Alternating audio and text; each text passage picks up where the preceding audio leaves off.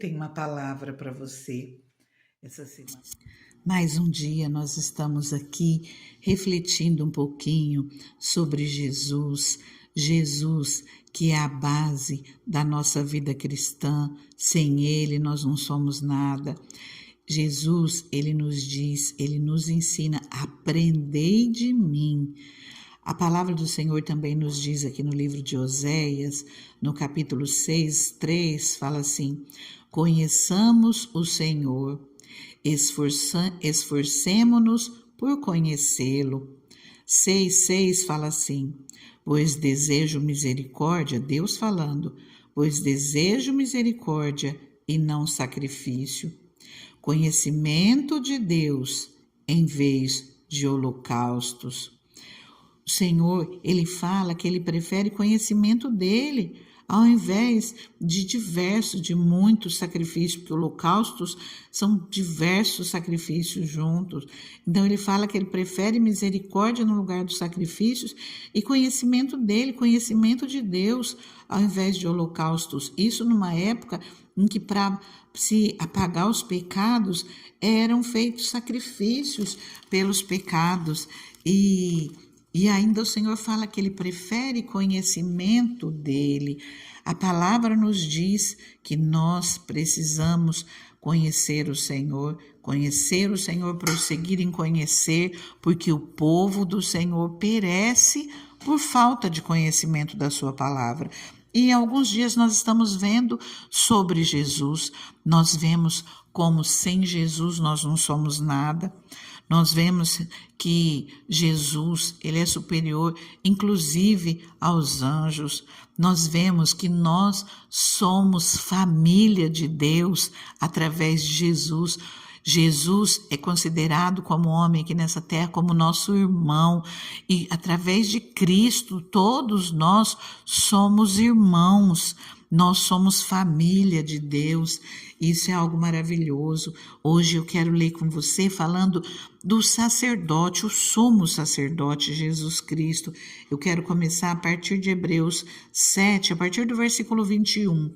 Fala assim: mas ele, Jesus, ele se tornou sacerdote com juramento quando Deus lhe disse: o Senhor jurou e não se arrependerá. Tu és sacerdote para sempre. Jesus tornou-se por isso mesmo a garantia de uma aliança superior. Ora, daqueles sacerdotes tem havido muitos, porque a morte os impede de continuar em seu ofício. Mas visto que vive para sempre, Jesus tem um sacerdócio permanente. Portanto, Ele é capaz de salvar definitivamente aqueles que por meio dele aproximam-se de Deus, pois vive para sempre para interceder por eles. É de um sumo sacerdote como este que precisávamos, santo, inculpável, puro, separado dos pecadores, exaltado acima dos céus. Ao contrário dos outros sumos sacerdotes, ele não tem necessidade de oferecer sacrifício dia após dia, primeiro por seus próprios pecados e depois pelos pecados do povo. Ele o fez uma vez por todas, quando a si mesmo se ofereceu. Pois a lei constituiu sumos sacerdotes a homens que têm fraquezas. Mas o juramento que veio depois da lei constituiu o Filho perfeito para sempre.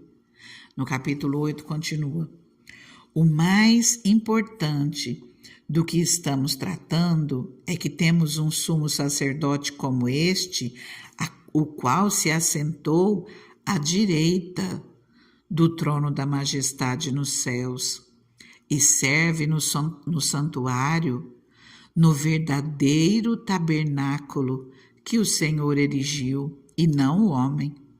Todo sumo sacerdote é constituído para apresentar ofertas e sacrifícios. Por isso era necessário que também este tivesse algo a oferecer. Se ele estivesse na terra, nem seria sumo sacerdote, visto como já existem aqueles que apresentam as ofertas prescritas pela lei. Eles servem num santuário que é cópia e sombra daquele que está nos céus. Já que Moisés foi avisado quando estava para construir o tabernáculo: tenha o cuidado de fazer tudo segundo o modelo que lhe foi mostrado no monte. Agora, porém, o ministério que Jesus recebeu é superior ao deles, assim como também a aliança, da qual ele é mediador, é superior à antiga, sendo baseada em promessas superiores. Pois se aquela primeira aliança fosse perfeita, não seria necessário procurar lugar para outra. Porém, Deus achou o povo em falta e disse: estão chegando os dias, declara o Senhor, quando farei uma nova aliança com a comunidade de Israel e com a comunidade de Judá. Não será como a aliança que fiz com os seus antepassados. Se você parar para observar, você vai ver essa palavra lá no livro de Jeremias, no capítulo 31, do versículo 31 ao 34. Continuando com você no capítulo 9, eu vou ver o 27 e o 28, a palavra nos diz assim: versículo 27 e 28 de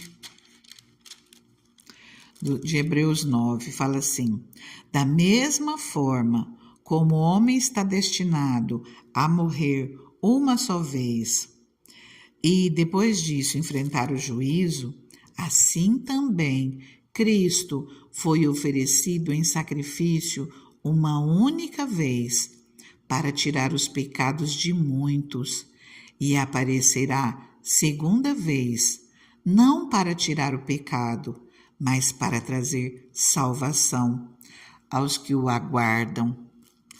Continuando no capítulo 10, a lei traz apenas uma sombra dos benefícios que hão de vir, e não a sua realidade. Isso no tempo da lei, quando se fazia sacrifícios, ofertas, né, de animais ao Senhor, fazia-se holocaustos, assim como havia uns sacerdotes, tudo isso era apenas sombra daquilo que haveria de vir. Cristo é a realidade.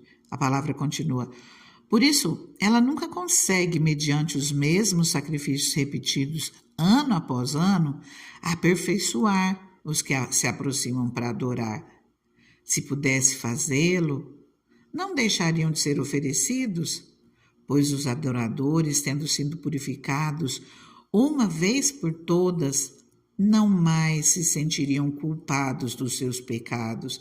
Contudo, esses sacrifícios são uma recordação anual dos pecados, pois é impossível que o sangue de touros e de bodes tire o pecado do mundo. Por isso, quando Cristo veio ao mundo, ele disse: sacrifício e oferta não quiseste, mas um corpo me preparaste. De holocaustos e ofertas pelo pecado não te agradaste. Então eu disse: aqui estou. No livro está escrito a meu respeito: vim para fazer a tua vontade, ó Deus. Primeiro ele disse: sacrifícios, ofertas, holocaustos e ofertas pelo pecado não quiseste, nem deles te agradaste, os quais eram feitos conforme a lei. Então acrescentou: aqui estou.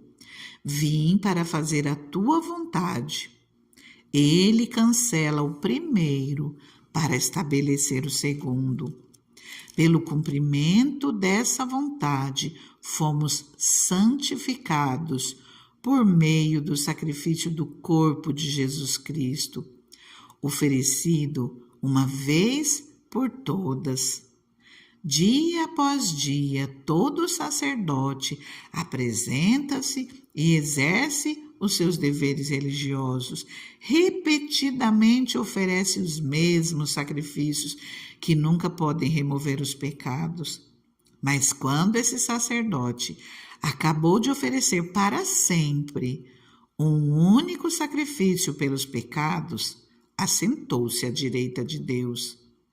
Daí em diante, ele está esperando até que os seus inimigos sejam colocados como estrado dos seus pés. Porque, por meio de um único sacrifício, ele aperfeiçoou para sempre os que estão sendo santificados para sempre. O Espírito Santo também nos testifica a esse respeito. Primeiro, ele diz: esta é a aliança que farei com eles depois daqueles dias, diz o Senhor. Porei as minhas leis em seu coração e as escreverei em sua mente. Se nós procurarmos lá em Jeremias, no capítulo 31, nós vamos ver já Jeremias profetizando essas palavras. No versículo 19: portanto, irmãos, temos plena confiança para entrar no Santo dos Santos pelo sangue de Jesus, por um novo e vivo caminho que ele nos abriu por meio do véu, isto é, do seu corpo.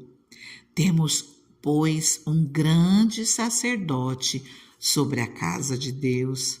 Sendo assim, aproximemo-nos de Deus com um coração sincero e com plena convicção de fé, com confiança, tendo os corações aspergidos para nos purificar de uma consciência culpada e tendo os nossos corpos lavados com água pura.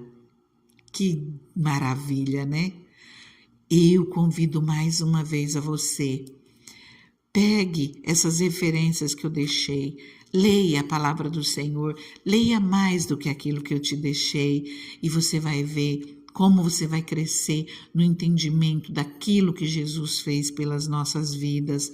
Essas palavras às vezes são de difícil compreensão, mas quando nós vamos vendo de pouquinho em pouquinho, pedindo para que o Espírito Santo venha nos trazer entendimento, nós compreendemos a maravilha da palavra do Senhor e nós temos plena confiança para entrar no Santo dos Santos. E eu te convido a entrar no Santo dos Santos nesse momento, com o coração confiante, no que nós nos aproximemos de Deus com confiança, porque Jesus, Ele já abriu esse caminho para as nossas vidas. Deus Santo, Deus maravilhoso, Deus soberano, nós estamos lendo a Tua palavra, Senhor, compreendendo, Senhor, o mistério, Pai amado, da nossa salvação, o mistério, Senhor, de Cristo Jesus nas nossas vidas, Pai. Senhor, nós te pedimos, Senhor, nos conceda sabedoria, Pai, cada dia mais, Senhor, que nós venhamos crescer, Senhor, em conhecimento da Tua palavra, que nós venhamos crescer em conhecimento e em graça, Pai. Abençoa as nossas vidas, Senhor, nos guia, Espírito Santo, ilumina os olhos do nosso entendimento, nos dê sabedoria, nos dê compreensão da Tua vontade, da Tua palavra, Senhor, que nós, Pai, tenhamos os nossos olhos fitos em Ti, Pai, que nós venhamos, Pai amado, ter os nossos olhos voltados, Pai, somente a Ti, Senhor, que nós não venhamos nos apoiar em homens, mas somente em Ti, na Tua palavra, Senhor, que é vida para cada um de nós. Pai, eu já te peço, Senhor, abençoa essa pessoa que está orando comigo, Pai. Renova suas forças, Pai.